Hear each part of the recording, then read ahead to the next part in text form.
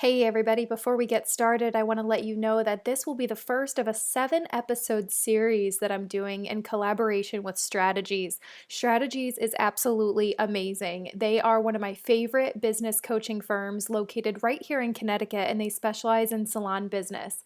Strategies is responsible for about 50 or more percent of my business foundation. I learned so much from them while I was opening my team-based salon, Gina Bianca Hair, while I was learning and growing and managing my business. They taught me so much, and I really benefited from their coaching. So, this series is meant to speak to team based salons, employee based salon owners, and anybody aspiring to be a salon owner or understand salon business. Before we get started with the series, we're going to be interviewing Neil Ducoff, who is the founder and CEO of Strategies. He is amazing, one of my biggest mentors, and I know you're just going to love this series. So, we're going to have a new episode every month, and I cannot wait for y'all to hear it. Before we get going, I want to let you know that you can learn more about team-based business models by signing up for the Strategies Incubator seminar. I really love this seminar. It is the only training where the team-based business model is taught from top to bottom. You can save 10% off with my code, Gina10, and all of the links can be found below in the caption of this episode, so under the information section. So you'll have all the links, including the link to sign up for Incubator, a link to download the free Team-Based Pay white paper, which is an incredible resource to get started.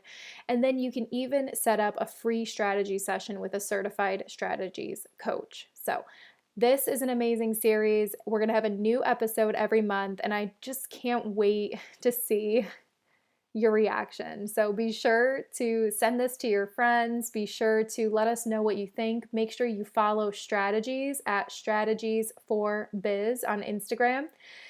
And yeah, you are going to love this. I promise. It's going to be amazing. I've already recorded a lot of the episodes and they're just next level amazing. But this interview is with Neil. He is the founder and CEO, and he is the man behind it all. So I hope you enjoy this interview and I hope you have an amazing day.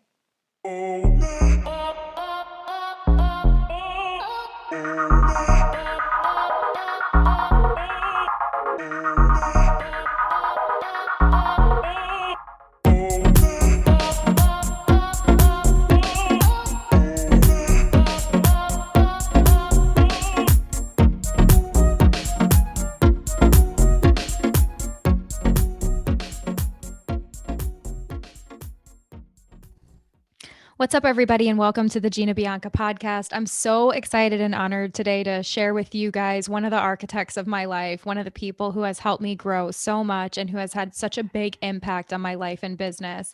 I remember when I was 22 years old, sitting in front of my salon when we were just about to open. I remember signing my lease, getting the keys, and then being terrified. Like, what am I going to do? How am I going to do this?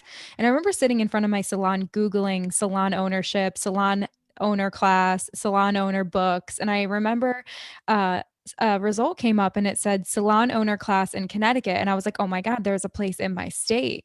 I called them and asked them, if they had books. And they said, oh yeah, we have a full library. And I remember never driving so fast from my salon all the way to Centerbrook, Connecticut, or Essex, or whatever town y'all are in. But I remember driving so fast, flying down Route 9. I'm just like, I need to get here like before they close. And I remember walking in there. They probably thought I was a lunatic. And I literally walked in, bought every single book. And I remember one of the amazing people at Strategies came up to me and were like, let's talk. Like, are you okay? And I told them, I was like, I'm terrified. I'm scared. I need help. I want to do this right. I want to be the best. I don't want to fail. And they signed me up for Incubator seminar. And I think I took Incubator 2 or 3 times, but that course changed my life. And from that moment on, I was hooked on Strategies. I was hooked. I was just like, oh my God, this is the answer for me. Like, they helped me so much with my business. And as you guys know, I had a team-based pay salon. I didn't have an employee-based commission salon. I had an employee-based salon on steroids, team-based pay. And I hear people talk about it. I hear people try to do it. But in my opinion, you can't do team-based pay unless you do it the Strategies way. It is the best. And from that moment on, after my first class, I moved on to try to do it myself, failed miserably, didn't want to pay for the coaching. And I remember once I started paying for the coaching, we started being so much more profitable that I didn't even notice it coming out of my account. And I never even thought that I could spend any money. It was really, really amazing, the results. And I got to tell you guys, I wouldn't be the person that I am with the knowledge that I have without the backbone that strategies gave me and the foundation that strategies gave me. So I'm really honored to have Neil Ducoff, and he's one of my biggest mentors and teachers for business. And I'm really excited to kind of share with you guys where I get it from. Like, because people will look at me like, you're so amazing. I'm like, I didn't do this alone. Like, I didn't know anything. And I was able to learn so much from strategies and then implement it into my own business, my own culture, my own way with my own words. But I had a great foundation. And I want to share with you guys the beautiful foundation that I have. So, Neil, welcome to the podcast. Thank you so much for making the time. I'm so grateful to have you here. I'm honored to be here, and it's great to see you grow and how much you have grown in so many different ways. And I admire all that you do, and I'm honored to be here, and I'm honored to be your mentor because you said before you started recording that it's like a dream come true, and that just made my day.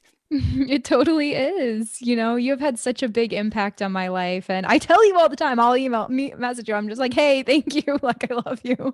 You helped me so much and you guided me and you took me seriously, even though I'm like that lunatic chick with tattoos that like runs in like late to class. You took me seriously.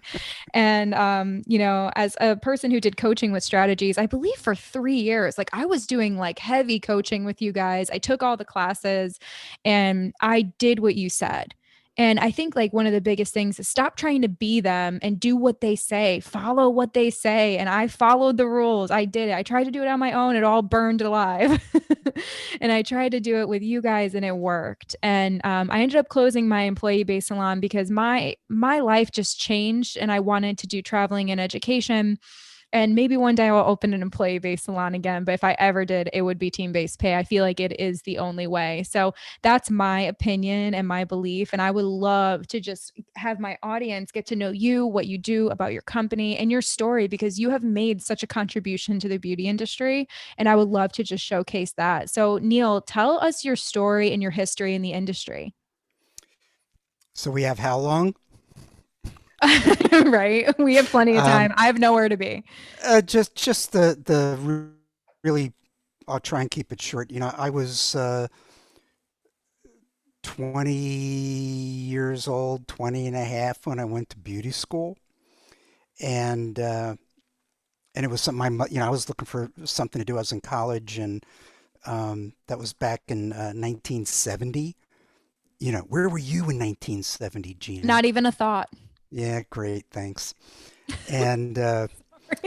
and God, that hurts now. So, my mom kept saying, why don't you be a hairdresser? And it's like, come on, get out of here, hairdresser. And I went to the salon that she went to in Millburn, New Jersey, and it was a very, very busy salon. It was back, that was when I started, it was just when washing sets were being replaced with, precision cutting, blow drying, curling irons, stuff like that. And thank God all that happened. Um, but I like the vibe, and it's like, cool, I'm going to give it a shot. So I went to Franklin Beauty School in Elizabeth, New Jersey, and worked for the Glenby Company, which was the uh, big department store chain at the time. They brought the Chadwicks over from England, John and Susie Chadwick. And John and Susie put it in really great people. I got to know them because they were, from New Jersey, where I was, to New York City, where Glenby was based out of in the training center. I used to get in there every chance I could to get in and see the Chadwicks and, schmooze with the big guys because, that never hurts. And, uh, and I went to work for Glenby and went through their training and loved that part of the business. But what I really wanted to know is how's business work. And I used to go in on my day off to work with the manager, and we had a really great manager, and he would start to teach me how that particular salon ran. And I did that for 3 years. And then, the entrepreneurial seizure hit me. And I opened my first salon in 1973. I opened a second one in 1975, sold them in end of 1978, beginning of 79, and did well. And I convinced my brother to buy my first place. And but something happened while I owned my salons, and that was, well, let's see, I'm busy as hell, and I'm behind the chair, and I was working 6 days, 3 nights a week, and my team's in the back, where teams always hung out. And I wanted to flip that. I wanted them to come out and work so I could go in the back or in my office and figure out where the hell we're going to take this business. And I'm what it doesn't mean anything really, but I'm an Aquarian, and an Aquarian, you got to wave a flag, you got to have a cause, and my cause was always business. I loved learning about what makes business tick. I got involved with Redken after I opened my salons, and next thing I know, I'm a guest speaker on a 2-day business course that they had called the Challenge of Success. Started doing that in the late 70s. And my mentor is Douglas Cox. So if you Google Doug Cox, he'd certainly be someone that you'd want to interview. He's just you know he's an incredible motivational speaker, I would love and to. yeah, I mean, just I'll hook you up with Doug. He's amazing, and but that was my first taste of getting up in front of people and teaching. And the one thing that I kept coming back to was, let me see, you hire people, you hire stylists, you train them, you give them a couple of clients, you cross your fingers that the clients come back and they can build a following so you can hire in a couple more people so they can build the following. And all through that, you hope that nobody leaves and takes the clientele that you told them to build with them. And I also looked at payroll. When I worked at Glenby. Now I'm going back. I was 23 years old, and when I opened my salon, Eric was 6 months old. We had just bought it. We moved into a house the month before I opened the salon, our first home. And 23 years old. You were what, 22 when you opened your salon? So you beat me by a year. And you think you know it. And at Glenby, I was making 45%. And when I opened up my salon, yeah, I'm paying 50% because half for you and half for me. That's fair. And you talk to other salon owners, and back in the 70s, it was in the 80s, and probably still now, 50% was always the magic number. And so I opened at 50%, and I found out in about 6 months after opening that that I made a mistake, and I could 50% didn't work, and not with the prices that we were charging at the time, and we were the higher priced at the time, not high end, but higher priced, and but by the time you're done with rent and supplies and all the other stuff, there was nothing left. So I was making money as a hairstylist and working my ass off 6 days a week, 3 nights. And I said, something's got to change. And I started thinking about hourly pay. And what if I got everyone off the commission and paid them hourly and based their pay on something more than a percentage of what they brought in? Because the other thing that I was looking for was right attitude, showing up on time, and we didn't have computers back then, so tracking client retention was it was a joke. You just, it was almost impossible. And but productivity rates and all the things that computers do so easily now. Even retail. Why should someone make 50% and they don't care about the retail sitting there, which could help us make money? So I started thinking about this different way, and I did the very early versions of what many years later became team-based pay. We called it salary for a while, but you really can't pay salary in the industry because according to labor law, uh, stylists, estheticians, massage therapists don't qualify for salary exempt from overtime. Computer programmers, teachers, accountants, and whatnot, they call that the professions, but we're a trade. No matter what we say, we're viewed as a trade. And, um, but, I kept working this, and, let's go from, late 70s and into the 80s where, I was doing business classes again. I always did that. Um, I, I eventually became, um, I'm skipping some stuff, but I became editor of Cutter magazine that was based in Chester, Connecticut. And Cutter magazine was a business only magazine, no advertising. And they were about a year and a half old. And I came in there, all of a sudden realized that I have an ability to write, which would have cracked my English teacher up. But I enjoyed writing, and I found that I was pretty good at it, and I could hit the right notes that people would listen to what I'm saying in my words. And I started their business training. I started all their seminars, and the thing that I started there was a uh, pay and performance salary, not commission program, and I'd go out and teach that all over the country. And I think way back then, and this is like 1981, I think people came to the classes to see who the idiot was talking about doing something other than commission. But when they sat there and they listened and they began to understand that, you can't pick a commission rate like what feels good and put it into your business and base employees' pay entirely on a percentage of what they do. And even sliding scales and multi-level, well, if you're booked solid, then we'll raise your prices. And if you get busier, then we'll hire you an assistant. But then we got to argue over who's paying for the assistant. And let's double book, which, does double booking compromise the customer experience? Because now you're trying to run them through as fast as you can for the dollar. And and now it's arguing with who's more important, the dollar or the client. So I always wanted the client to come first, but I also wanted to pay people well. And, so I was out teaching that. And then I started strategies in 1993, September 13th.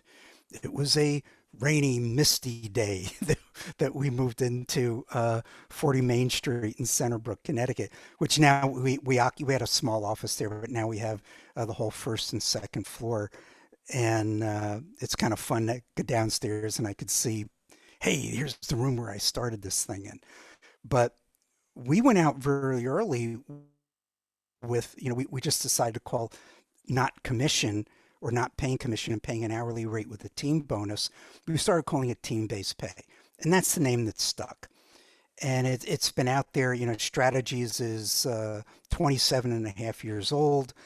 And, team-based pay is now talked about like whether it's commission or piece rate or rental or whatever. It's one of the pay programs out there. It's like Kleenex. But team-based pay is pay based on overall performance. It's not you bring in $1,000 a week or $2,000 a week and you get half or 45% or 60%, whatever the number is. It's not about the dollars, it's about the performance and it's about the experience you're creating for the client, but it's also about growing the company. And if the salon, the spa, uh, we do lash companies, med spas, all kinds of stuff like that now. And the company can't take care of its employees and pay well if the company's not doing well. So team-based is about culture and it's about growing a company. And it's not about competing with the employee next to you. That you go on vacation and you come back and you see a couple of your clients in somebody else's chair and it's, that's my client. And it's all the nonsense. It's all the nonsense. And and for people, as you discovered, people who learn the program. And that's something we teach at Incubator. It's our 4-day seminar. We did our first Incubator about 6 months after I started Strategies. And but it's a business model. And if you took team-based pay out of it, if you didn't talk about the pay, you have to begin talking about what type of business do you want to grow, and what type of culture do you want? What kind of values do you want to live by? And it goes so far beyond how much money do you want to make? And how do you plan for how much money you want to make? And how do you manage the cash when it comes in? And what are the critical numbers that you drive? So, and if you learn how to do that, and you got to learn leadership, and you got to be disciplined to be a business owner. You can have fun, you can be friends with your staff, but you have to be the leader, and you have to show up uh, on purpose, and you have to show up committed, and you got to believe in your freaking vision that got you so excited about opening a salon or spa or med spa or whatever in the first place. But it's about hiring people, whether they're experienced or out of school or whatnot, and giving them a career. And the career isn't about just building a following. That's where the industry went wrong. And that's where the early salons from you know back in the 20s and 30s, 1920s and 30s, I guess we have to clarify that. But you go back 100 years, and you look at salons. It was they were little mom and pop places, and you hire people in, and they grew because people built followings. But today you got to build a company. Even if there's two or three people, as we have people go, I'm really small, and does it work for me? Yeah, yeah, it works.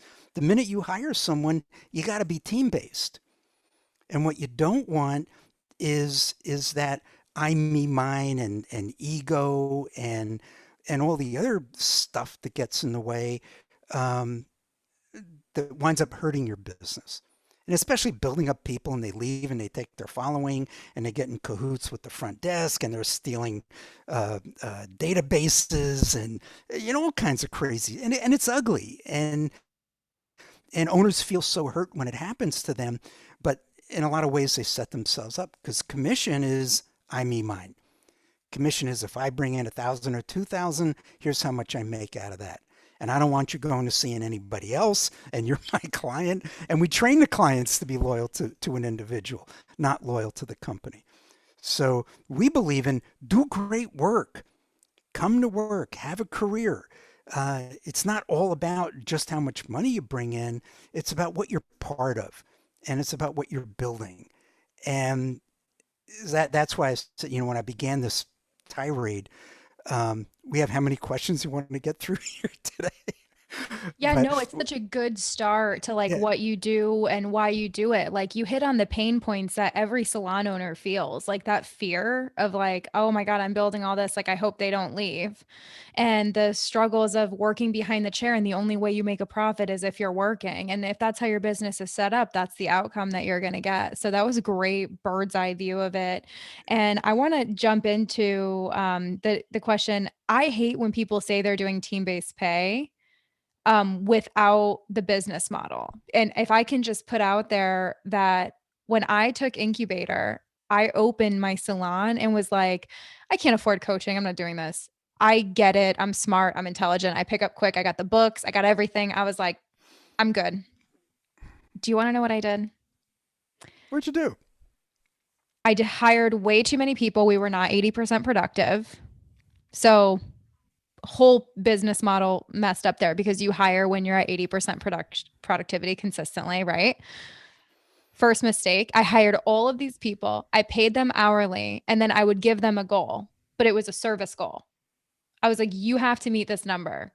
And then I would have these meetings with them and just be like, this is what if I go off of your numbers, this is what you're making per hour.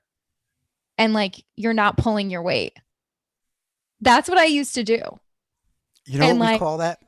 You know what we call that? horrible nightmare. Like how Yeah. traumatizing. I traumatized so many people, I bet. Well, what happens is, hourly rate is not team-based pay. It's not. And that's like if I And could and scream anything from the rooftops, it's yeah, our hourly rate, we started calling it just by, I don't know if I said it or one of my coaches said it, but we just started calling it not commission. Because if you're paying hourly, and like you just said, you got to your numbers. You got to do your numbers. Because if you do this is what I'm paying you, and if I'm paying you this, you should be doing that, and that's commission. it was commission with Yeah, hourly and then using guilt and anger and fear to lead.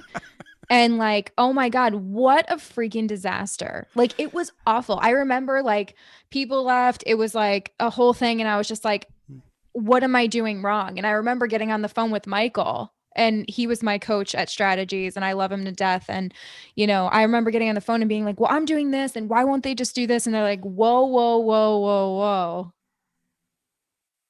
No.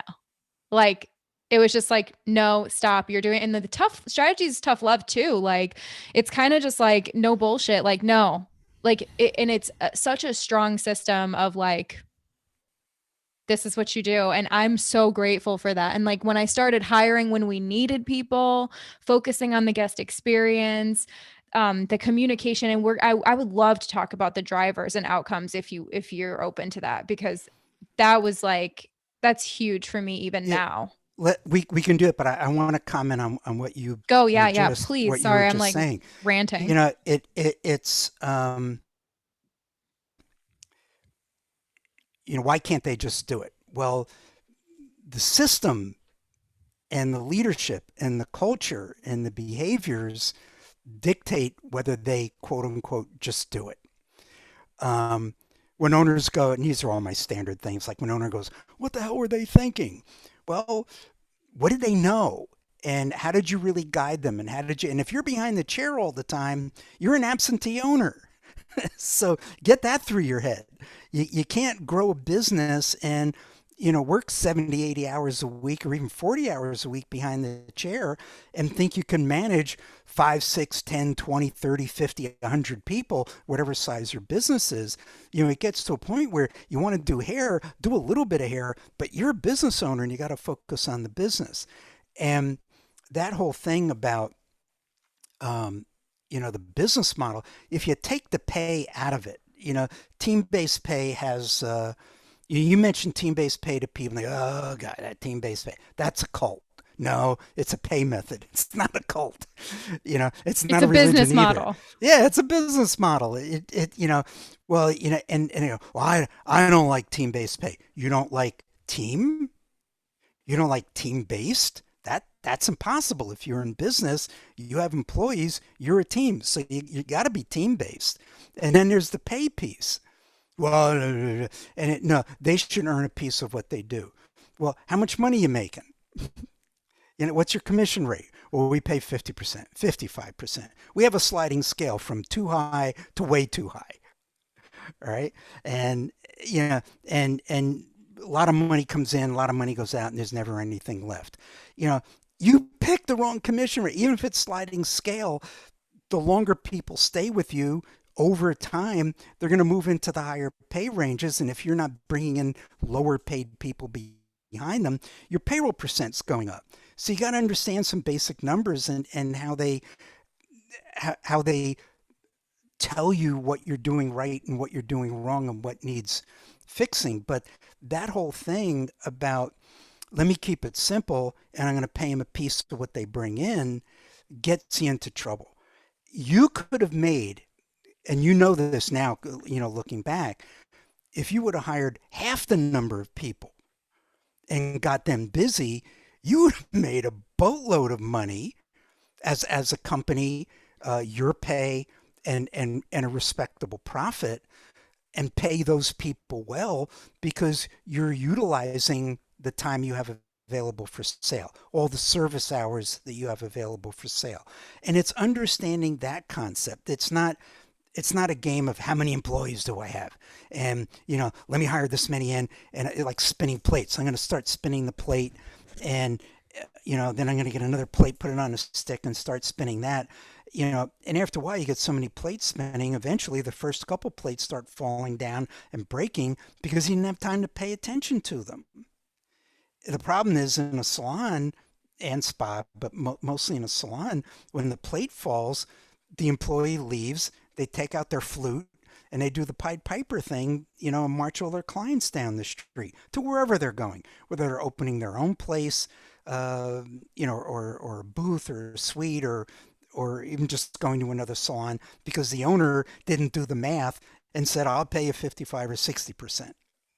You know, it it's it's so easy to poke holes in it, and I'm not doing it disrespectfully, but it's the ultimate definition of insanity that if I just keep getting people busy and they build the following and I get all the chairs filled, I'm going to be making money. Yeah, but there's turnover. And how are you leading? And are you creating the right culture? And are people loyal to the company? And here's my biggest acid test. And then we can go into the critical numbers. And I ask owners this, and I do it to make them uncomfortable. If you look at your appointment book and you look at the top of the column, and there's all the names of your service providers, and then look at all the names today. Look at the appointment book for today, and you look at all the names of the clients that are booked for them under their names, and then ask yourself a simple question. Are those clients loyal to your company that you bet the ranch on, that your personal guarantees attached to, that you've got bank loans and equipment leases and all sorts of other stuff, obligations? Are they loyal to the company, or are all those clients loyal to the individual whose name at the top of the column? And I'm not saying that it's bad for someone to build a file. Listen, if a client likes somebody and they just want to go back to that person, great. But what if they need to get in and that person's busy? And damn it, they'll go somewhere else rather than go into that salon because the stylist is going to have a shit fit because they see their client in someone else's chair and the client feels like they're cheating on the stylist. We trained them to do that. That's the behavior that we trained. And that's Totally. that's that and that's the outcome. I mean, I remember when I did hair and a client would come in and they'd go, look at this. And I go, okay, I'm looking at it. She goes, this is your fault. Why is it my fault? "Ah, you couldn't get me in, so I went somewhere else. And I got 8 stylists working around me. I mean, that's when I started to think that this business model is broken and it's setting me up for failure, that I'm not building a company that can take care of my people. And I had people stay with me many, many years after I sold. Excuse me, they stayed with the buyers, many years after I sold. And I'm still friends with some of them on Facebook. And we had a great time back then because we believed we were doing something special. We worked and trained hard to do the best work, just like you train people now. We did that. And we felt and believed that every haircut that walked out, had something special that happened because of how we did what we did. And I look back and, was it as special as we could do it today? No. But for back then, back in the 70s, it was special. But people get excited and people stay with because they love the feeling of being part of a company and being part of a team. And if they don't, then rent a booth or rent a station or rent a suite or do your own thing if that's what you really want. But then you got to do all the other stuff that the business did for you. So, if you want to be an independent, be an independent. But, if you're looking to be part of something and to be paid well, work in a salon where they're doing something special and it's about growing something special, and it's about paying people based on their overall performance. So, like when your book is full and you can't squeeze anyone else in, you should still have, if the company is growing in revenue because we're adding people and retaining clients, there's more money coming in. So why can't you get a raise if you're continuing to do a good job, but you can't bring in you don't have any more room on your appointment book, even if you're double booking or whatever you're doing. Um, the benchmark we use at strategies, and I need to be very clear when I say this, because I'm going to say it, and I'm going to tell you what not to think, and then you guys are going to listen to me, and you're going to think what I just told you not to think, and you're going to get it all wrong. So I'm already telling you to listen to me so you don't have to worry about getting what I'm going to tell you wrong. On a profit and loss statement, there are two types of payroll: service provider payroll, where the hands do the work, and then there's general and administrative or officer salary or stuff like that. And that's for, front desk, guest services, a manager if the manager is not a service provider. You know, your pay as an owner could go there. Um, but that service payroll, the magic number is on a percentage basis is 30 to 35% of total revenue. So if you do a million a year and you do 800,000 a year in service sales and 200,000 a year in retail, 30 to 35% of the million, because that's how it would appear on a profit and loss statement: service sales, retail sales, total sales, and then every total sales is 100%. Every expense under that, including net profit, is a percentage of the 100. Service payroll should be 30 to 35%. Med spas, it's lower because they have to buy really expensive stuff. But for salons and spas, 30 to 35%. So if you're doing a million in sales, you have 300 to 350,000 available for payroll. So you all with me? I didn't say 30 to 35% commission. I said 30 to 35% payroll as it appears on a profit and loss statement as a percentage of total revenue, service and retail. Now, if you take the 35%, for every additional $100,000 that business can generate in revenue, there's another $30,000 to $35,000 that you can allocate to payroll. Everyone with me? Everyone nod yes. I'm Yes. with you. I'm with you. I'm with you. Okay. All right. And hopefully no one's still stuck on, well, he said 30 to 35% commission. I didn't say that. I said 30 to 35% of total revenue is where your payroll needs to live. If you want to put 10%, 12%, maybe 15%, or at least have some sort of a bottom line, because you got to pay all the other expenses too. And make a profit. Like, it's Yeah, and important to make a profit. And if there's going to be a team bonus, isn't that out of the profit? well, it's out of the profit, but let me stay on this. So you have 100,000. If you do an addition, if you go from a million to 1.1 million, you have another 30 to 35,000 available in payroll. If you're on commission, whatever commission rates you're paying, if you add another 100,000 in revenue, the commission is going to take its percent of whatever that money is. Got it. On team-based pay, because everyone's getting an hourly rate, and that hourly rate, it's not everybody. People go, well, everybody's going to get the same hourly rate. You can't pay everyone the same hourly rate. Come on. That's a common misconception. They think that Yeah, team based is everyone gets paid the same. I had people doing 10 an hour, and I had people doing $30 an hour. And it depended on their experience. It depended on their pre-book. It depended on their productivity, their retention, and the time of service there. It depended on a lot of factors, but I really tried to stay away. When I started doing team based with the coaching, I really tried to stay away from service and retail. And a lot of them didn't like it. They were just like, why don't you see the service and retail? And I'm just like, you're going to do services, you're going to sell products. It's part of your job. And like, I would look at retail to total sales percentage, because that's part of their job. But I would look at pre-book. Are your guests coming back? Like, are we growing together, and like the guest experience? And I had some of the highest performing amazing artists working with me, and they were getting 20 to 25% in tips, 30% in tips, and the guests were coming back raving, sending their friends, and we were all growing together.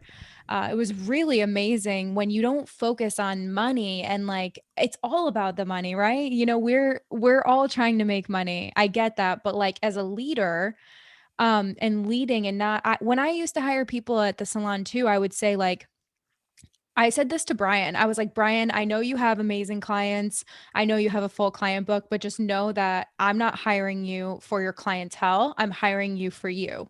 And Brian told me that the reason he chose my salon over every other salon because he was high in demand. Everyone was after him because when he left his old place, Mhm. it was like word on the street. And you've met Brian. Brian's Yeah. done a lot of training at Strategies too, and he was one of my leaders and managers. And he said that that was the differentiating factor was that he felt like, okay, I'm more than just a pair of hands. And I love that you guys said when you hire someone, they have two hands, but they also have a free brain. So With every pair of hands, you get a free brain. but yeah, he's incredible. And when I was really a great leader, and I feel like I was a good leader for most of the time, but I've made my mistakes. So I always like to put that out there that it's just not a perfect journey. But when I was doing it really right, I felt like, it wasn't a difficult way to run a business when everything is turned on. But when some things are turned on and some things are just neglected, it makes it so much more difficult. Well, let's use Brian as an example here Totally. because this is a good say. So, Brian, the full book, because that's your career isn't made just because you have a full book. That the full book doesn't mean you've made it. It means you got a full book.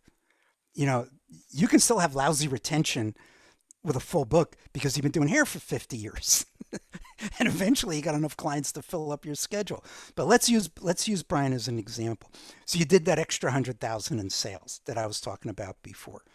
So Brian was also an educator, and he helped develop your people. He helped run a piece of the business, and he had responsibilities. And so why don't we take some of that 35,000, not all of it, but some of it we could say, let's buy a $25,000 a year stylist. Or let's buy a $30,000 a year stylist with a little bit of experience to come in.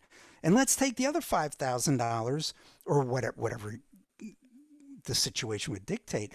And we're going to give Brian an increase because of the extraordinary performance And and value. his contribution to growing the company. And it had nothing to do with how much he brought in. Here's a really good example. So we're saying Brian because he's our example here, but this happens all the time. Brian, I need you to train some new people. Okay. How much am I going to get? Well, it's for the good of the company. Yeah, yeah, but what am I going to get? Assuming Brian was on commission. And, we're just go, well, because if I'm not doing hair or skin or whatever the service is, and I'm training other people, I'm losing money. I'm losing tip money.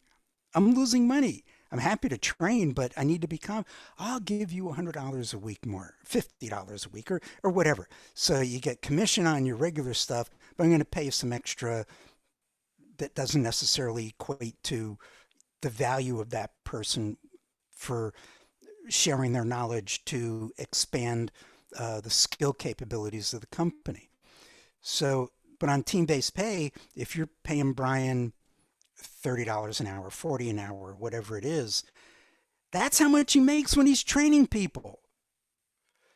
That's how much he makes when he's working on a piece of the business, whatever piece you have him working on. Yeah, we would You know, have him do all kinds of stuff. He would do stylist check-ins. He would do all of the things. Like he was a peer leader, so he would have all the meetings with everybody. He would be that person for them to go to. And just because he wasn't cranking it out behind the chair, he was still being valued at a full rate.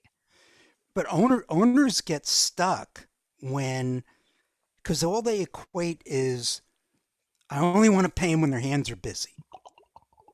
If their hands aren't bringing in money, I really don't want to pay them anything because they probably picked the commission rate they can't sustain anyway. So, you know, let's pay them an hourly rate. Again, you can't do salary unless they're in some sort of a management or administrative position. But you pay them an hourly rate. 80,000 a year, 120, 150,000 a year, 200,000 a year. You can still break down to an hourly rate.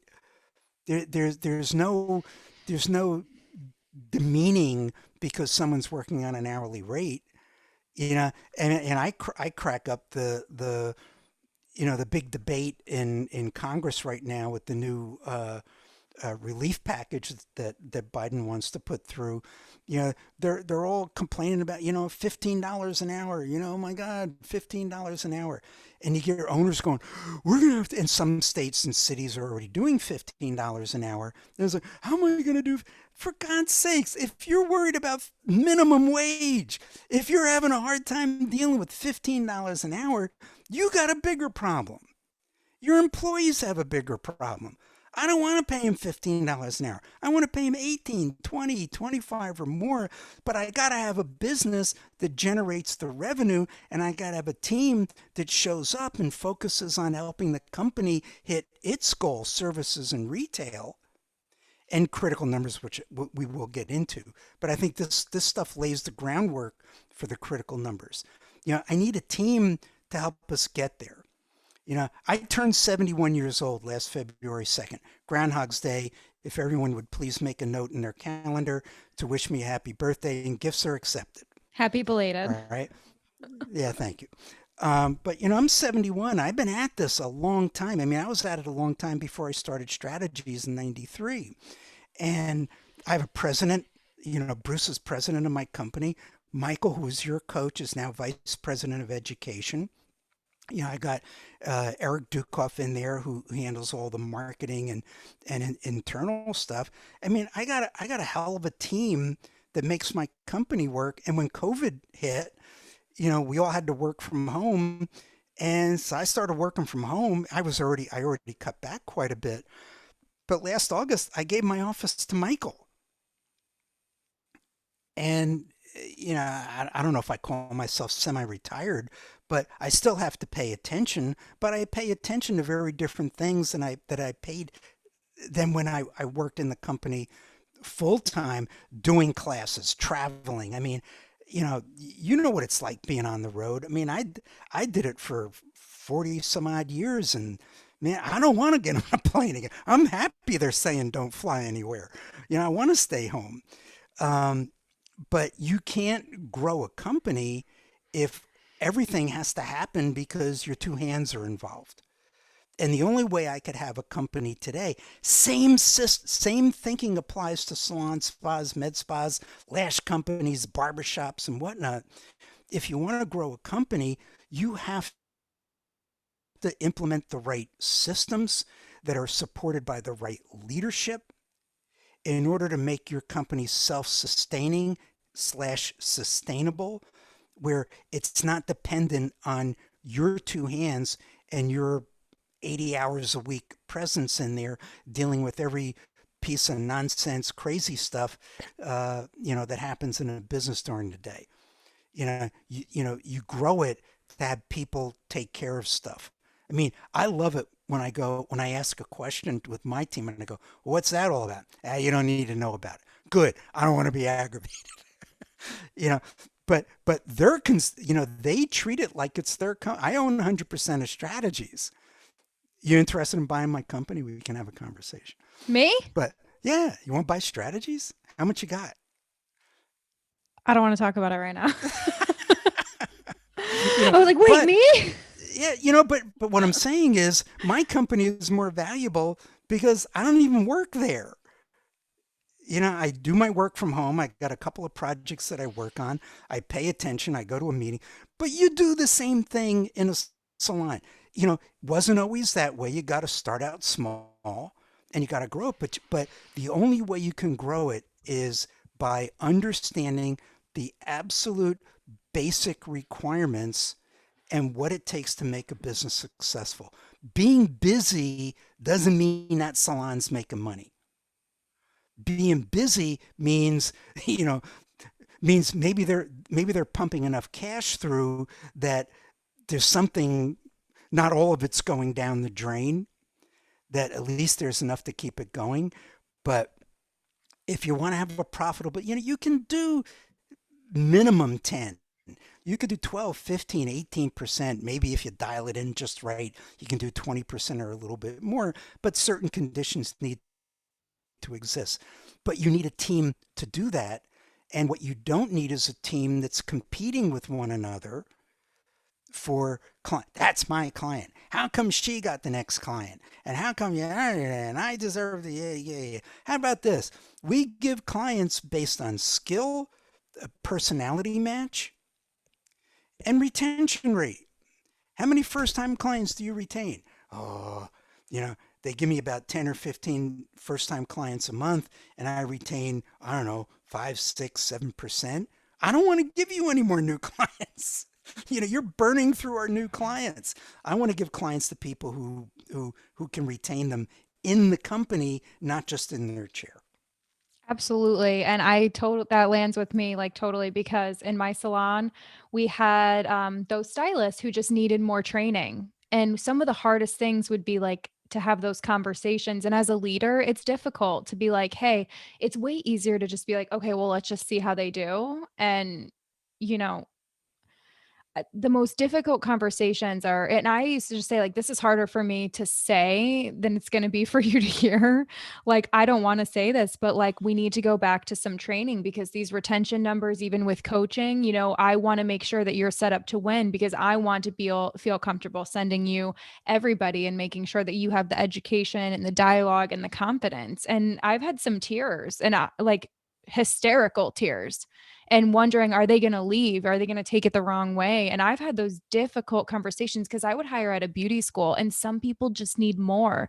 You guys say it all the time. You're like, how many times do I have to tell them? You tell them until they get it. Like being a leader is hard. And, the retention rate is a huge indicator. And if you're a salon owner, that was my favorite number to look at and also the scariest number to look at. And I would always track it back because it's 90 to 120 days. Some of my lived in artists, they would do 120 days. So I would give them like a curve because their guests come back like 12 weeks. And I track it back to they had something going on in their life. I had one girl and I love her to death. We're very close friends still, and she doesn't work for my company anymore. Well, how could she? Because we closed, but a lot of them came back and work at the network. Most of them work at the network. And I remember looking at her guest retention and she had seen 24 guests, 0 came back. And I was just like, oh my God. 911, fiery pits of hell. What is going on? And I sat down with her and I was like, let's talk about February. And they're like, oh, well, that's when this guy broke up with me. That's when, I was doing a show every single night because she did this and this and this. And it was like, okay, so I understand why, but like coaching in the moment and being present in the moment to notice an issue and doing those callbacks and like running the feedback and like really catching things in the moment and instead of being reactive. So as you were speaking, I wrote down a couple of things like mistakes that I had made. And I wrote down cash flow plan versus actual budget. And that was the part of my cash flow plan. I always was just like, I'm not doing this. Like, I don't need to do it. And I always struggled with the discipline of like the motivation part of like following through and the powwow every morning. Cause we did powwow every morning. We had a scoreboard every month and we had beautiful artists on our team doing the scoreboards and it was really, really cool. But some of the tedious stuff I was busy behind the chair doing classes, social media. Like I'm like an expert in marketing. I'm just going to say it. Like I am an incredible marketer and I love to do that. So I'd rather spend 5 or 6 hours a week marketing, posting, promoting, and filling the books. Like I was great at that. And I have so many ways to help people with that. But cash flow plan versus actual budget, and then actually doing my QuickBooks, I would do it like in 6-month hits and I would be more reactive instead of proactive. And if I can go back in time, that's something I would work on. And in the future, that's something I have to work on. I also put hiring too fast because I would just say like, if I found someone who was great, I would just be like, I don't want them to get away. And I had that scarcity mindset. So I would hire way too quick. And then the biggest mistake I ever made in my business is not firing quick enough. Because I had people who had quit and they were just hanging out there. And it totally, like the people on the team who are high performers, they see that and it ruins the culture. It destroys from within and it's awful. And, I've had so many situations happen where I was too scared and I was too like giving in a sense of like, they'll get over it, they'll be fine. And even if I had sit downs with them and just miserable and like, there's nothing I can even do, but my team who's over there working so hard and showing up, and now it's hard for them to show up. It's hard for them to be happy coming to work. It's hard for them to walk in the salon because it's so toxic. And I now like believe like you miss a huge opportunity when somebody quits instead of you firing them. Like you miss the opportunity to be the protector of the culture. And if you do the coaching, like my friend was just like, I'm firing this girl tomorrow. And I was just like, wait, have you done everything you can? Have you done coaching? Have you done follow up? Have you done training? Like, have you listened to them? Have you asked them? And if you've done all of those things consistently for like 30 to 60 days and they're not making any improvements, I would even say like 3 weeks, not even like, I feel like if they really want to be there and serve the clients and serve the company, like it should be quick. And I just think like to protect your culture, sometimes you just have to like move on. And you say, I would even say like, you're welcome back if you can come back the person I hired, and those, I don't know if you agree with that or not, but that was some of the biggest mistakes, is letting people who have already quit hang around and make my culture toxic. Let me give you an example like that, and this is an example I got yesterday. We're doing our elements class, and it's how to build a company operations manual. It's going on right today's the last day, and on the chat, one of the attendees wrote, "I have," and this is directly related with what you were saying about client retention and keeping someone too long. But she said, "I'm having a really hard time with getting employees, the service providers, to stop sharing their mobile number with the clients. If a client, well, give me your mobile, but and she goes, how do you get them to stop doing that? And man, and it's like it sounds like a really simple issue, and this isn't about secrecy and client lists and who owns the client list. This is about you come to work to do your work, and then you want to go home to be home, not to have clients calling you on your freaking mobile phone. It's to a book an appointment when you're paying a front desk team, or they could do online booking, or they're calling up to ask a favor, or can you just come to my house and do my hair there? I'll pay you cash. All the crazy stuff. And I said, here's the problem. You've let it go on so long that it isn't a problem now. And when it first happened, you didn't address it. You hesitated. And in my No Compromise Leadership book, Such a good book. right there, my No Compromise Leadership book, you know, I write, that's called compromise. You saw it, and it was a problem, and you let it go because you didn't feel like engaging. Or some owners are, they have a low tolerance. They would call saying, "Hey, you're late, and you can't be late again. You need to be at work on time." They go, "Oh my God, that's a major confrontation." And some people have a very low tolerance for what they believe is confrontation. Are you one of those? I see you're gonna say the same thing. I'm not afraid of confrontation, but I also got too close to my employees. Like I shared too much with them. I shared too much about the business. I wasn't taking care of myself. And I Yeah. think that to be a good salon owner, you have to take care of yourself and you can't let your issues bleed onto your team, because I was totally guilty of that. When someone would quit, I smoked. I smoked. I would go out on strategies all the time and chain smoke cigarettes. I used to smoke cigarettes and I would smoke with my team and I would bitch and moan about the people who had quit. And could you like, what a toxic person, like, and I didn't know. I was like craving attention and connection. And going back to what you're saying about the confrontation, I was like, I was good at confrontation except when I had gotten too close. So if someone was late, everybody knew like I told them, I was just like, I need you to be on time and I need you to clean up after yourself. The rest we'll coach as we go. Like, but these are the two things, like my biggest pet peeves. There will be a confrontation face to face in the moment. And they all knew that. So when they would be late, the first time I would say, listen, you can't be late. Like, absolutely not. I don't care what goes on. Call me, but don't just show up here late with a coffee. Absolutely not. You need to respect my time. And I was very strict on it because it was my biggest pet peeve. And I think that instead of holding on to that, you let them know.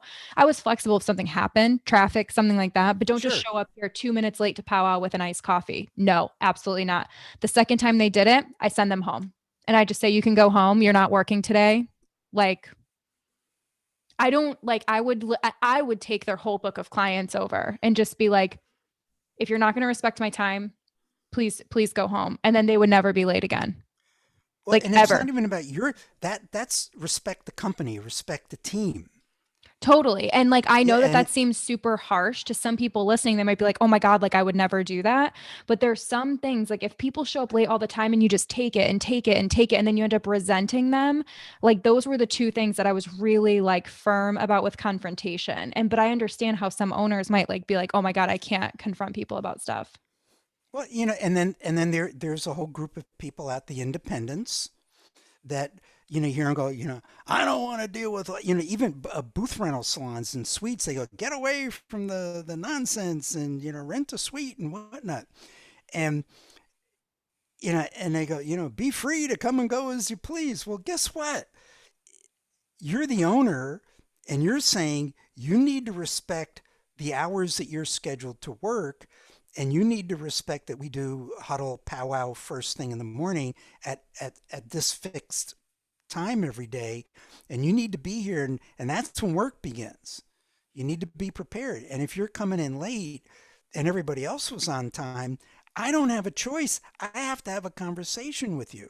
And if I talk to you once and I got to talk to you again, by the time it gets to the third time, I don't want to deal with it anymore because you didn't get it the first two conversations. Mhm. So you got to And some people ratchet it need up. more. Some people need Yeah. more reminders and more training. And some people never had that structure growing up. And that's something I had to learn too as an owner. And, you know, some But people but the didn't the have yeah, that. the point that I was making is, even if you're an independent, maybe you don't report to an owner, but your obligation is to show up and be ready for those clients. So if you're late for the clients and you're an independent, you're your own problem employee. you know so when they go, I don't want to work in salons have too many rules, and oh, that's a strategy salon and they got all kinds of rules and stuff like that. Structure makes a company great. And think of Struct what you're getting for that. Like with booth rental, do you get freedom? Do you get flexibility? Do you get to control your money? Sure. But do you also have to be in charge of your marketing, your client book, your appointments, like everything that the salon is doing with that structure, you benefit from too. And that's like huge for me. And I'm like, I love salon owners and I understand just as much as everybody the struggle. Like we give a lot and people are always just like, well, you're taking half of my money. Well, wait a second. So those rules also have such a big benefit, like paying of the payroll taxes, like having a guest care team to check in on your clients, like controlling your appointment book so that when you go home, you go home. And we had a system at GBH. And if anyone is struggling with this at their employee-based salon with people giving out numbers, I would tell them this is an auto response that you can type. If they message you on Instagram to book, we have a full guest care department that we pay very well to service your clients. Let us take care of your guests. And I taught them to be master marketers. Like I taught them Facebook, Instagram, all those things. And if you leave my salon, was I really happy about it when people left? No. But if they leave the salon, they will find you. I required my team on their broadbands to post 3 times a week. That was like part of their job, like their requirements is post 3 times a week and tag the salon. And I taught them how to do that. And did it bite me in the ass? Not really, because at the end of the day, we were having people loyal to the company, but also instead of them stealing from the computer or being sketchy and weird, they built their marketing. And if people want to find them, they can contact them. This is a quick sidebar. I'm speaking to the audience. Gina mentioned a broadband, and a broadband is a tool that we use. You can call it a career income path, but it says these are the expectations that we have for you and the work that you do for the company. That some of it, it's productivity rate and client retention rate and pre-book and all that It was stuff. like the KPIs, so like the Yeah, driving yeah, numbers. but that was only one piece of it. It was also these are the expectations for skill. I want to make a lot of money. Well, we expect a lot of skill because you're not going to make a lot of money if you don't develop your skill. And then there was culture and teamwork in the broadband, all the responsibilities that they would have to be part of a team and to support company initiatives and coach and mentor other people. And then the last part, there are four parts: critical numbers, skill development, culture and Culture. leadership. And then the last part of the broadband was individual strengths. Can you show up? Attendance, the right attitude. I mean, imagine how you'd change your pay. If you're listening to this and you're kind of intrigued with team-based pay, you know, if you're paying commission, how many people are you paying commission to, whatever the rate is, and you're paying for a really bad attitude? I don't buy bad attitudes. I buy the right attitudes. And if you got a bad attitude, we're going to talk about it, or performance or whatnot. But, and I'll reward you for the rate. So that's what a broadband is. And it shows, here's where you start, and this is how much you can make per hour and annual if you're working full time. But commission is, here's how much you need to bring in. You're going to get your piece. And I know, some companies do retention rate and retail sales and some other stuff where if you do that, you can move to a higher commission rate or you raise your prices or stuff like that. But at the end of the day, that that payroll percent needs to live within service payroll needs to be between 30 and 35% on your profit and loss statement for the pay that goes to the hands that do the work. But yeah, it's broadbands communicate. You mentioned huddles, powwows. Got to do a daily huddle. But people come in at all different times. Who set the schedule up? You know, Totally and agree. Like, and if they come in at different times, can we kind of get this many in first thing so we can huddle before we start? And then here's the next group that comes in, and can we have a huddle with them before we start? But nobody starts the day without being briefed on where we are. 2 minutes, 3 minutes, 4 minutes. It's all you need. Here's where we are. Here's where we need to be. Here's what's happening in the salon today. But when I say here's where we are, it's the salon goal. It's the company goal. You know, if it's the 15th of the month, then you got to be somewhere around 50% the goal as a company. Well, I'm booked solid and I have a waiting list. I don't care. Are we halfway to goal? It's the 15th of the month. And if we don't, how about getting some clients that are on your waiting list into some of the chairs and hours that we have available for sale with some very competent people? Because really busy and really slow in the same company is the problem that you talked about before, where you hired way too many people and you almost went broke doing it because you couldn't support that level of payroll. You didn't have couldn't. enough business. So, you want to talk about all the critical numbers? You Yeah, want if to do you that? want to, if you're open to. Yeah, this is like just so great. And I think that anybody thinking about team-based pay, like I'm just going to confirm, like you created this. This is your thing. I created a uh, hourly plus team bonus business model for the The beauty professional industry service industry for for the salon professional. spas. Yeah, and but for whatever it's worth, I I've I helped a high end women's boutique in El Paso, Texas, go from commission salespeople because it was that's my that's so and so's customer. Let someone else take care of them.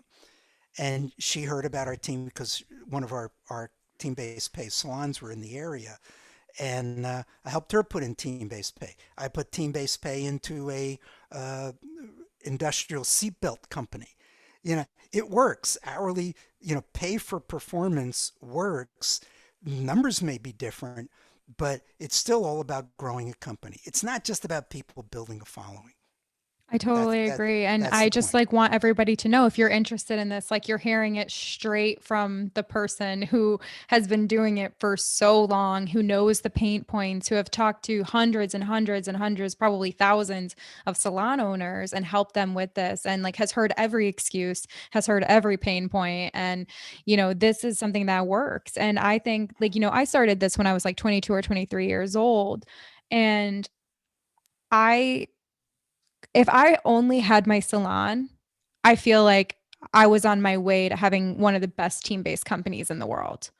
And if I only had that, I just like was focused in so many other areas and just so young. I, But I if don't you I don't know how you handled the salon and all your training classes and your social media and all the other stuff that was really extraordinary things that you were into, um, but especially the travel and all the work that went into, that's why I made sure that my company had the systems in place.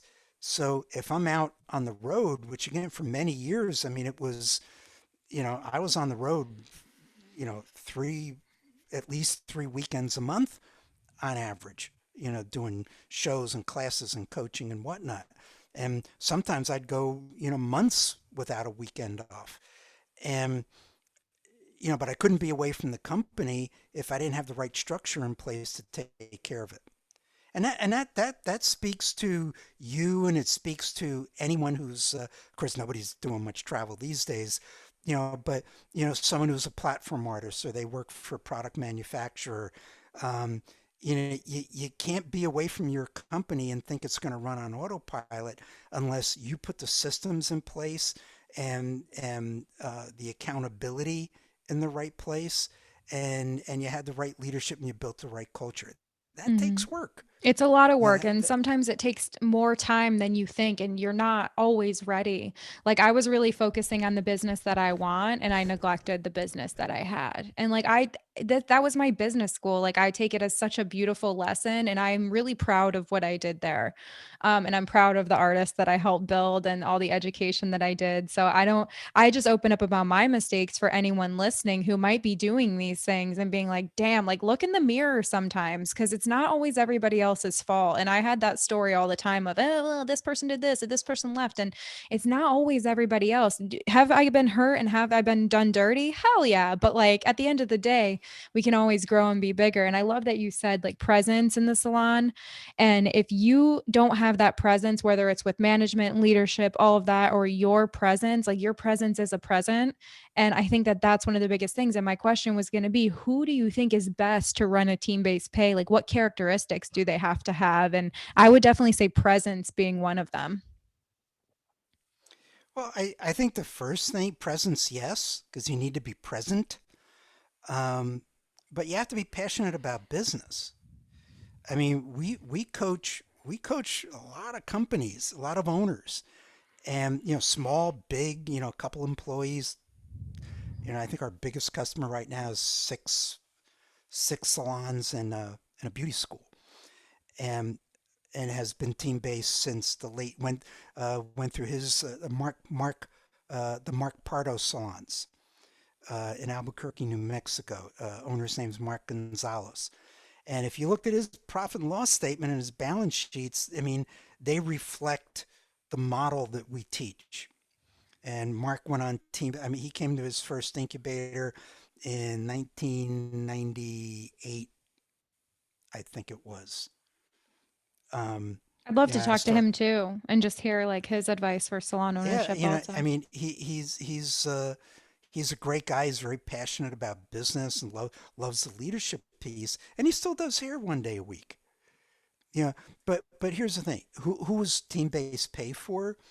It's not for someone who is all about the creative and and doesn't want anything to do with numbers and doesn't want to deal with disciplines like putting systems in place, performance reviews. My joke has always been, it's one of my neologisms in my no compromise book, which is, do you do quarterly performance reviews at least once a year? You know, and if you tell an employee you're going to do a performance review in 90 days, that's a contract. Put it And if on it didn't put happen, it on the schedule. and if it didn't happen in 90 days, you blew it. You broke trust. So the owner, to run a team-based pay company, needs to be financially literate. Doesn't mean you have to be an expert at numbers, but you got to be able to look at a profit and loss statement and understand what it says. You got to be able to look at your balance sheet and understand what it's telling you, because it tells you how healthy your company is. And they're easy to read. They're really easy to read. Um, and then there's a thing called the cash flow plan that you mentioned before, which is saying, these are my projections for the next 12 months, month by month. Sales projections are productivity rate, or I'm sorry, how many hours do I have available for sale? Where do those hours come from? How many service providers do you have? How many hours a week are they scheduled to work? Times 4.3. Or how many hours a month do you have available to sell on the appointment book? That's 100%. Then, um, so if you have 1,000 hours, 2,000 hours available for sale, what's your target for productivity rate? Do you want 80%. to Yeah, do you want to sell 80%? Well, if you're at 60 right now, you got a problem. You got more hours. You're paying people even on commission. You're paying them because commission pay is a variable hourly rate. This is important. If they're really busy, they have a high hourly rate. If they're really slow, they have a low hourly rate. But you still take how much did they make gross pay divided by how many hours they had to be at work in the business. And, all commission can be broken down to hourly rate. So, if you take forgot where I was going. So if you take, the hourly rate and your productivity rate. So it's hours available for sale times your target productivity rate. If you're at 60%, you got a problem. You have too many people. Maybe you need to let someone go. Sorry. Or you need to get really focused on getting that productivity rate up fast because it's draining the business. Idle hands, idle minds wrecks the culture. So hours for sale times productivity rate times how much can 1 hour of service in your company generate. The easy way to figure that out is, take how much you did in service sales for the month and divide it by how many hours you sold. And that's going to tell you how much 1 hour of service is generating for you right now. So when you do hours for sale times productivity rate times revenue per hour, here's how much you should do in service sales for that month. I think And we you could do guys have spreadsheets. You guys have like for part of your membership with strategies are these incredible spreadsheets and just tools to use. Like I miss those so much. Can I get those? yeah, Can you give me a dummy yeah, account? yeah. Maybe He's like, hell no. there's things, there's magic that can happen. Oh my God, Yeah, those are so, if I miss anything more, I mean, oh God, do I miss the classes? I can't wait. Like I will come back to the classes, but I just, oh my God, those but it spreadsheets were like a but game changer. but it's a and all the spreadsheets do is it tells you where you are, and it also helps you define how to make the numbers better. So if you boost your productivity rate and you don't hire any more people, you generated more revenue with your existing resources. There's a lot more to that, but that's the short piece. Oh yeah, So totally. so someone's and you have to do a cash flow plan. You know, March 1st is this coming Monday. So whenever you air this, but March 1st is this coming Monday. You know, how much you want to do in total service sales in March? How much you want to do in total retail sales? It's not hard to figure out hours for sale times productivity rate times what 1 hour of service can generate. Are you due for a price increase? Well, then increase what 1 hour can generate. Um, but that gives you a number, and you share that number with your employees. This is what the company needs to do in service sales. This is what the company needs to do in retail. And man, if you're one of those owners that go, you mean tell them the whole real number? Yeah, what are they going to do? You're not giving them the checkbook. you know you got to tell, otherwise I only want them to know what their numbers are. Well, then stay on commission, because commission is about what they did, not what the company did. I want people to say, listen, I know we're short of goal. I have a couple clients that are due for color, and I know we've got some time available. Let's contact those clients and get them in for the color, because we got the color on file, and I'm going to be right there to check it. And I don't mind doing that, because if we can hit our goal and I don't have to do the sales, the service myself, I support that. So, and then here's what we need to do in retail sales. How do you do retail sales? You give clients recommendations, and those recommendations need to get to checkout. And your guest services staff at checkout needs to say, Neil recommended this, this, and this. Would you like to take it home with you? And the other piece is, so you got to do projections, cash flow. Not hard.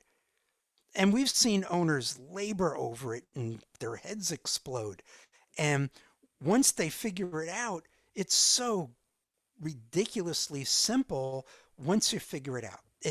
And we teach you how to do that, and we hold you accountable to that.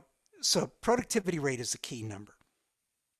Um, what do you do to drive productivity rate? Well, how about we pre-book? And you posted that thing in our Facebook idea exchange, the Strategy Salon Spa Business Idea Exchange. Everybody needs to It's be our in there. Facebook group.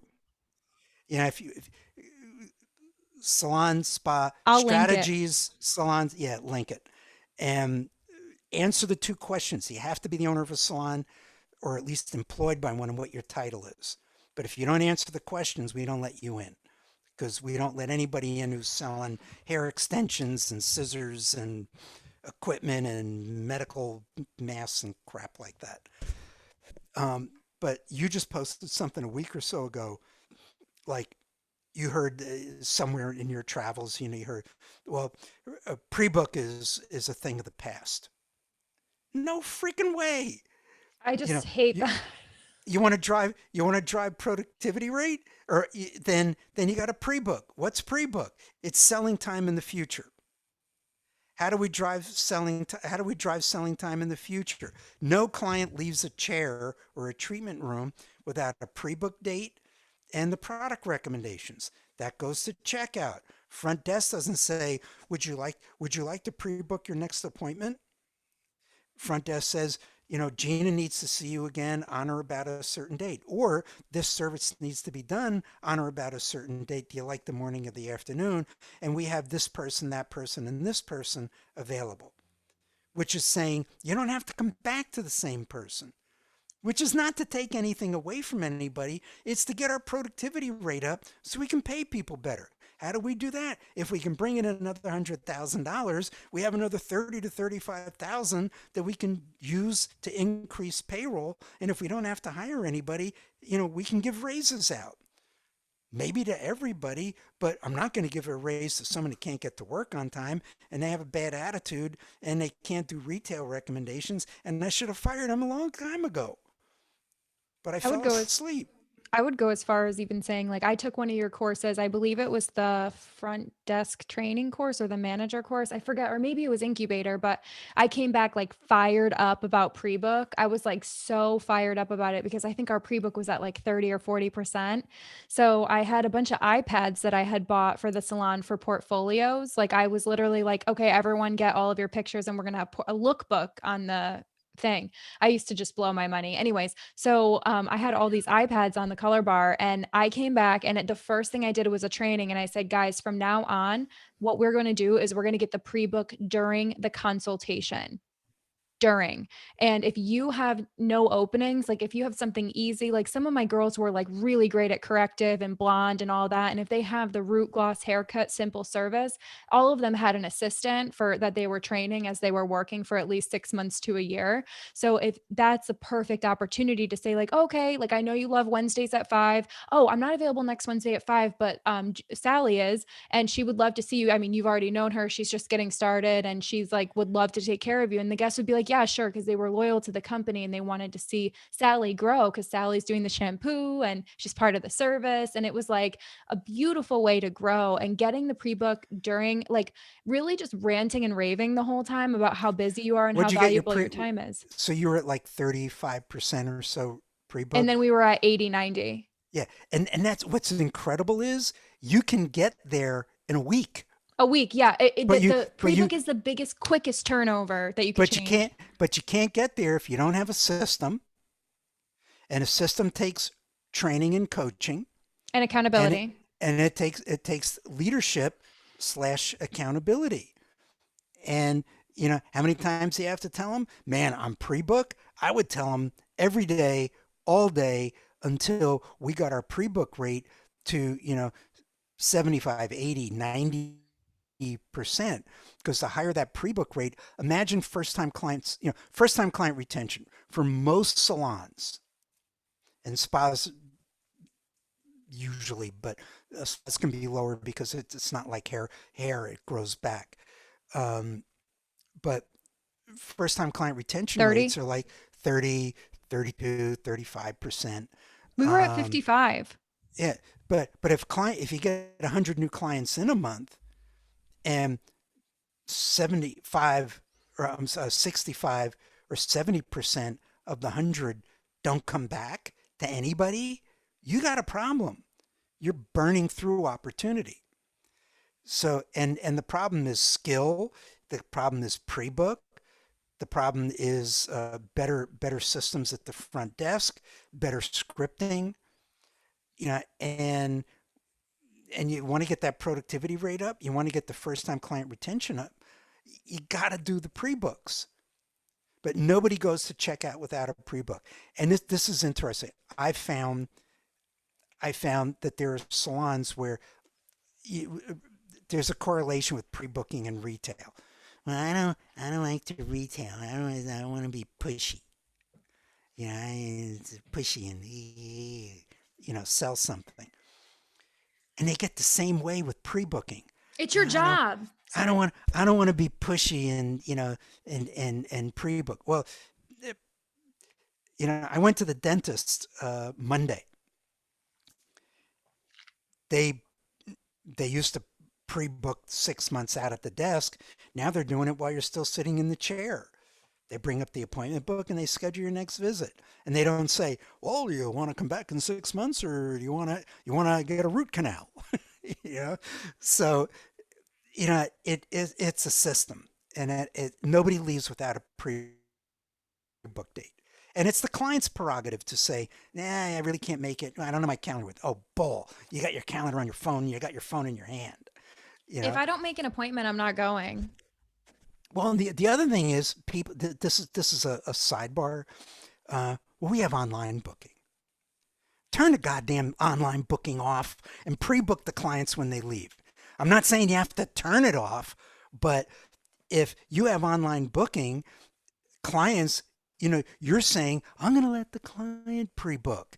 So they're going to pre-book 2 months out instead of 6 weeks or 5 weeks.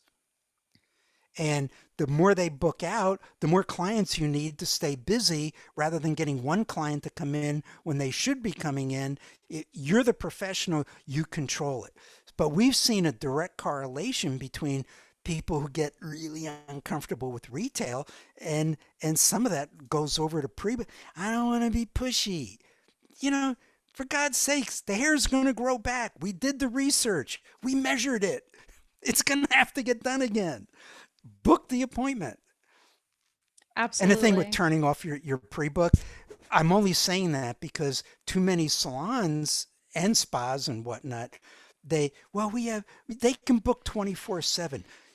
You're the professional. Control the relationship. Excuse me. Make your best recommendation for what the service needs for maintenance. Schedule the appointment before they leave. And online booking is a backup. Yes. That's that's what it should be. It's not your frontline booking, and you shouldn't let it be. Absolutely, because Whether you're a I salon or an independent. I totally agree. And right now, there's like this big shift in the industry, and there's a lot of business educators teaching that pre-book is out, like, and they will say like, don't pre-book everyone. And I get it. I get where they're coming from, and I have respect for them, but I always think like there's so many other solutions for the challenges that stylists have by being overbooked. Like doing a price increase would be one thing. Scheduling your hours first, like your boundaries first, working the schedule that you like. There's a lot of different things. Like if you're overbooked and going crazy and you're just like, I can't pre-book, or I don't have enough openings, and or I'm booked out 12 weeks and I have no time in the future. Like I totally understand that pain point. But really, before you open your books for the year, going in, booking your schedule, having your prices dialed in. Like if you're 80, 90, 100%, 200% booked, and I use that as a badge of honor. I was like, I'm 200% booked, bitches. And literally, I was burnt out, not giving a great experience. And I was like resentful of everybody because I was killing myself behind the chair. Making sure your prices are dialed in, making sure your value matches the price, making sure that you're giving a great guest experience, putting your schedule first, scheduling breaks and lunches, making sure that you have your vacations and everything set up, you're working the schedule that you love. All of those things are solutions. And I would say, like, pre-booking your guests, and at the end of the day, if you have to move an appointment, you have to move an appointment, and it's not the end of the world. It's just hair. Like I know that people don't like that, but at the end of the day, if your client base is going to be mad at you, you have the wrong client base, and you're training them that it's unacceptable for you to have a life. And those aren't the clients I want in my chair. If I have to reschedule something, even if it's 5 minutes before for a personal reason or for a mental health reason, or something came up, I'm just going to be like, hey, I have to move you, and I will figure out a way, if it's last minute or something. But if you have guests who are going to be irritated with you for rescheduling 6 weeks out or something, or if you book out like too many appointments, you got to make some changes, you have the wrong clients.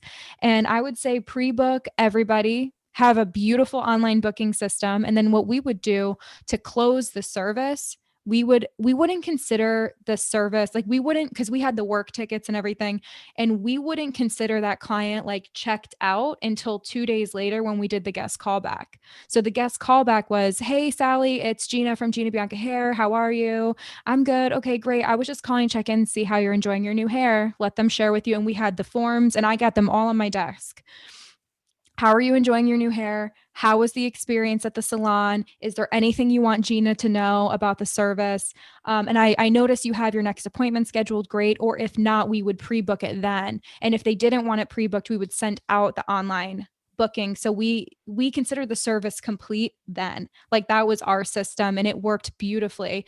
And my biggest mistakes were when I hired too many people at once. And I just wasn't ready to hire. So otherwise, when we're doing it and we're following those systems and people are coming back and they're getting that level of experience, it's a beautiful thing. And if you're struggling with those pain points, a lot of it comes down to boundaries, systems, accountability, and standing up for yourself and saying like, hey, I don't want to do these services anymore, or hey, I'm wicked underpriced and I need a price increase, or hey, I need a scheduling boundary, or hey, I need to have two phones, or all of those things that people struggle with. And not pre-booking isn't the answer. Pre-book is the answer, because how do we grow our business? Average ticket, frequency of visit, new clients, right? Those are like the three main ways we grow.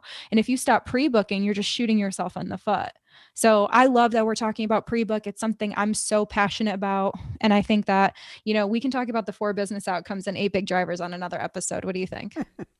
I'm fine with that. This I'm is fine so with it. great. Four Like, business outcomes, just so we do. There's 4 outcomes.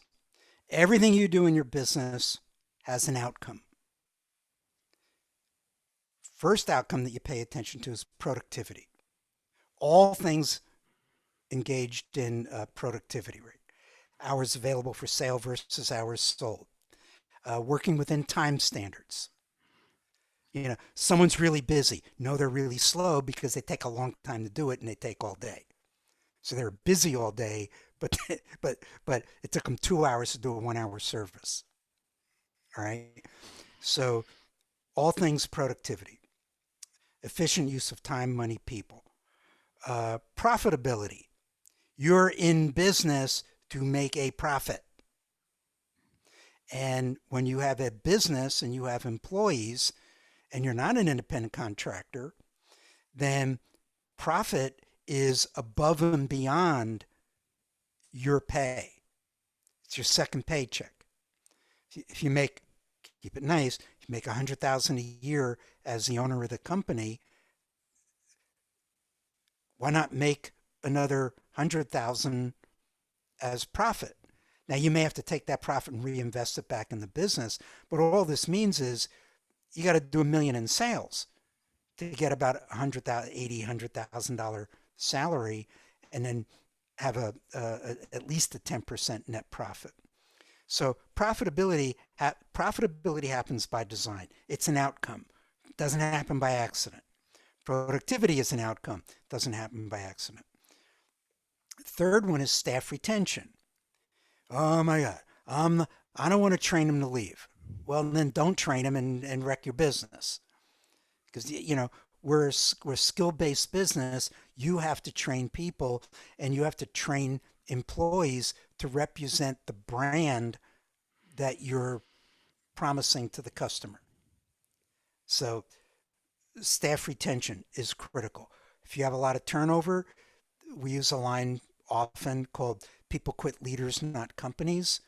So My audience has heard me say that on here. yeah, I mean, do they quit the leader, or are they quitting because, if they're quitting because they want to go do their own thing, or they want to start their own business, or it's time for them to move to the next thing, that's fine. But if they're leaving and they're sad about leaving, that's great. But if they're leaving because they can't stand working for you and they've had enough of it, then the owner's the problem. And we got to fix the owner, and we got to fix the culture, and we got to fix the systems. So productivity, profitability, staff retention. And then the last outcome is client loyalty. And loyalty to the business, not just loyalty to the name at the top of the column. Yeah, I want everyone to get paid well, and I want people to be paid really, really well based on their overall performance, which could be a hell of a lot more than whatever they're making on commission. But you got to get away from commission. Commission is yesterday's news. The I, me, mine, and I get a piece, and, hey, can you help me with this? Yeah, I'll help you do the foil color, but how much do I get of that? Can you sweep the floor? I'm not paid to do that. Well, yes, you are. Come on, snap out of it. But pay based on overall performance and having a controllable payroll, that's where it's at. So those are the 4 business outcomes. There's 8 drivers that go with each, which we're not going to get into. But here's the thing, and I just want to kind of summarize everything we've been talking about. Team-based pay is something that people hear and they need to hear. And it's worth your time and investment to learn all about it, and learn it from the company that created it and has been teaching it for over 27 years, not someone that goes, oh yeah, team-based pay, and they're teaching you how to do team-based pay, and all they're doing is getting you from commission to hourly. That won't work, because then you're on not commission, you're not on team-based pay. So, we teach what we are now calling the strategies business system. And we're putting team-based pay in there as part of the system, but it's not team-based pay and I do that and everything's going to be better. Team-based pay is one of the pieces that makes the team-based business model work. And you need to learn how to do it. It's you can't fake it till you make it. You can get in trouble. And it's not that it's dangerous, it's just commission's forgiving. If sales are up, yay, we're making money. But when sales are down, oh, nobody's making any money. And when you go on team-based pay, you're committing to a payroll. And, like when you said earlier on that, well, I overstaffed. You brought too many people on. If your productivity rate was 60, 65%, people had nothing to do for 35, 40% of the time they were there. Oh, And I you're, kept them busy. yeah, well, all right. But you're paying for not revenue producing, Exactly. so you got to learn how all these pieces fit together. And you need to come to Incubator. Incubator's 4-day course. We've been doing it. Actually, it's funny, we started doing it online uh, before the pandemic hit, and now they've all been online. We have another one starting in a couple of weeks in mid-March, and we do them every month or I so. would take it again. I'm Yeah, signing up. a lot of people have gone through it, and every time they go through it again, they go, "Did you change it?" Well, we changed a couple little things, but you hear the first time it's a lot of stuff, and it's like the kitchen sink. The second time, you're looking for those little bits and pieces that you missed, um, and you make your money back on Incubator. Even if team-based pay, well, it sounds great, but I'm not ready to do that. Um, Footnote: do you want to do it the way you're doing it for another 5 years, getting the same results that you're getting in another 5 years, or just more of the same? Or do you want to build something different? And do you want a company where you can take control over it, not in a bad way or a dictatorial way, but take control of your company as a leader needs to, and really help grow your people, take care of them, offer benefits, but understand, what do you have to do to be able to pay benefits? And what are the numbers? So there's so much more to it. So learn the business system in its entirety, and you can make your own decision if team-based pay is right for you. We believe it is, and I hate when we go, well, it's not for everybody. Well, we know it's not for everybody because not everybody wants to do the work. You just lost a ton of weight, right? Yeah. All right. I mean, my father was obese and he died a month before his 60th birthday because he was obese his whole life. He was 240 pounds when he died, but it was too late. And he was 300 and some odd pounds most of his life, and 240 was the lowest. We only passed it on the way up. And I know how hard it is to lose weight. And but you can't go on a diet and not follow the diet or the fitness, or whatever you're being conscious of, to lose the weight. And you're fooling yourself to think you can lose the weight if you don't work the plan. Well, you can't grow a business if you don't work the plan. And there's certain disciplines in business that you need to follow, that all businesses need to follow. And what makes the beauty industry more of a challenge is because it's so labor intensive. And then there's the relationship between the service provider and the client. Not that we want to break that. We want to be available to the client, but we want to do it in a smarter, more professional way. So learn the system, learn how it all comes together. I know you're going to post some stuff out there. Yeah, And I if you're will going on, link a ton of resources for yeah, you and if you're guys. going on, if you want to go on a team-based pay diet, you got to be committed to go all the way, because if you're not, it's not going to work for you, and you're going to continue to get more of what you got. And if you're doing really good now, that's great. But what happens when you hit the bump in the road? A couple of people say, I don't want to be here anymore. I want to go do my own thing, whatever. You know, Businesses shouldn't blow up because some people want to go somewhere else. It puts you in the driver's seat and it doesn't really rely on everybody else for your business to be You grow a successful. company. And at the end of the day, you're building something that you're going to want to sell someday.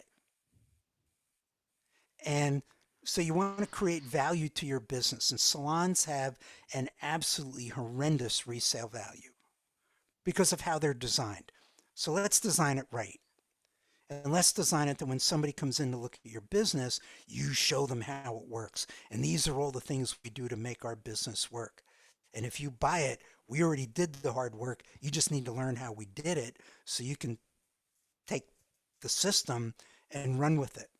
But just having busy people with full books working in a space Doesn't mean you're going to sell. If you're doing 1 million in sales, doesn't mean you're going to get 1.2 million for your company. Not if it's not making money. Not if it's not running efficiently. Not if it can't retain people. Not if it can't retain clients. So you're building that. At the end of the day, if you own a business, you're building value. That's and that's the Absolutely. lesson for today. Yeah, I mean, this is great. I feel like there was so much value here and so many ways people can grow just by listening to this episode. And I really am so appreciative of you, Neil, because you've helped me understand so much and the foundation that you've taught me. I mean, I would do Incubator. I think I've done Incubator like 3 times. I would do it again because you do learn something new every single time. If you guys are curious about it, I've linked everything for you, no matter where you're watching this, YouTube, Spotify, Apple. It's going to be right underneath for you guys so you can get the info. And I'm just so grateful for you all to listen and really honored to share with you my mentors and the people who helped me get where I am today. So thank you so much, Neil. I really appreciate you. And I just can't wait for everyone to hear this. I'm proud of you, Gina. I'm really proud of what you built for yourself. Thank you so much. And thank you for letting me be your mentor. My pleasure.